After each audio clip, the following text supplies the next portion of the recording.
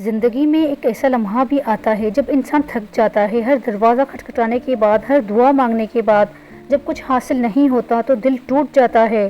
میری کہانی بھی کچھ ایسی ہی تھی۔ میں ہر وقت اللہ سے شکوے کرتی رہتی تھی اور کہتی تھی، یا اللہ، مجھے اس چیز کی بہت طلب ہے، کیوں نہیں دی تم نے مجھے؟ میں دن رات وہی ایک چیز مانگتی رہی، ہر دعا میں، ہر عبادت میں اسی چیز کی طلب کرتی رہی، لیکن مجھے ہر وقت ناکامی ملتی رہی۔ میں پریشان تھی۔ پھر ایک دن جب میں نے بالکل مانگنا چھوڑ دیا، میرا دل ٹوٹ گیا۔ مانگنا چھوڑنے کا مطلب یہ تو نہیں کہ میں اللہ پر بھروسہ کرنا بھی چھوڑ دوں۔ میں نے اللہ پر بھروسہ کرنا نہیں چھوڑا۔ میں نے اللہ سے کہا، یا اللہ، اب تو جو دے گا وہی بہتر ہوگا۔ میں اپنی مرضی تیری مرضی پر قربان کرتی ہوں۔ جیسے ہی میں نے اپنی ضد چھوڑی، میری زندگی میں ایک ایسا معجزہ شروع ہوا۔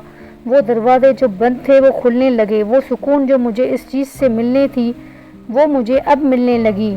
اللہ نے مجھے وہ نہیں دیا جو میں نے چاہا تھا، بلکہ اس سے کہیں بہتر دیا۔ میں حیران رہ گئی، اللہ کا کرم کتنا بڑا ہے۔